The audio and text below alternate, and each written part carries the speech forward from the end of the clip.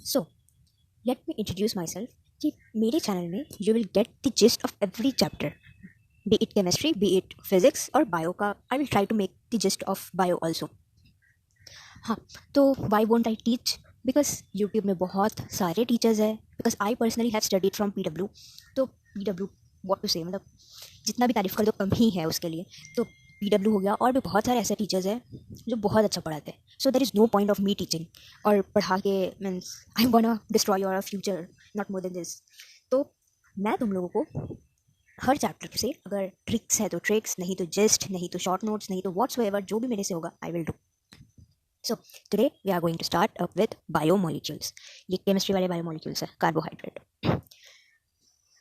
Before starting, ये chapter में है कैसा, ये carbo first of all we will start up with most of. देखो, कार्बोहाइड्रेट का जो जनरल फार्मूला होता है ना, वो ऐसा होता है CxH2O होल ट्वाइस, होल में Y। ये है कार्बोहाइड्रेट का जनरल फार्मूला। और कार्बोहाइड्रेट को कंसिडर किया जाता है as a hydrates of carbon, from where the name has been derived carbohydrate. समझ में आ रहा है? हाइड्रेट्स हम लोग किसको कहते हैं? हाइड्रेट्स वो होते हैं जिसमें वाटर प्रेजेंट, या फिर कार्बोहाइड्रेट कह सकते हैं। तो ये हो गया पहला पॉइंट कि जनरल फार्मूला जो होता है बायोमोलिक्यूल्स का वो है CxH2O होल में Y, और कार्बोहाइड्रेट को हाइड्रेट्स ऑफ कार्बन भी बोला जाता है। अब let us take the example. अगर हम लोग एग्जाम्पल देखें तो सबसे पहले ग्लूकोज को लेते हैं। ग्लूकोज में क्या है, क्या इसमें क्या सीन है? ग्लूकोज का फॉर्मूला वी नो C6H12O6। तो ये इसका जनरल फार्मूला। लेट अस सी कि ये इसमें फिट होता है कि नहीं। C6H2O होल में 6, सी पूरा आराम से फिट हो गया, आराम से। तो एक एग्जाम्पल फिट हुआ, दैट डजंट एक्चुअली मीन कि सब कार्बोहाइड्रेट इस फार्मूला में फिट हो जाएगा। ये दूसरा पॉइंट है, ये इसका ड्रॉबैक्स में भी आएगा। But all the compounds compounds which fit into this formula are not carbohydrate। या तो ऐसा बहुत सारा कार्बोहाइड्रेट है which does not fit into this formula, means there comes a 2 points।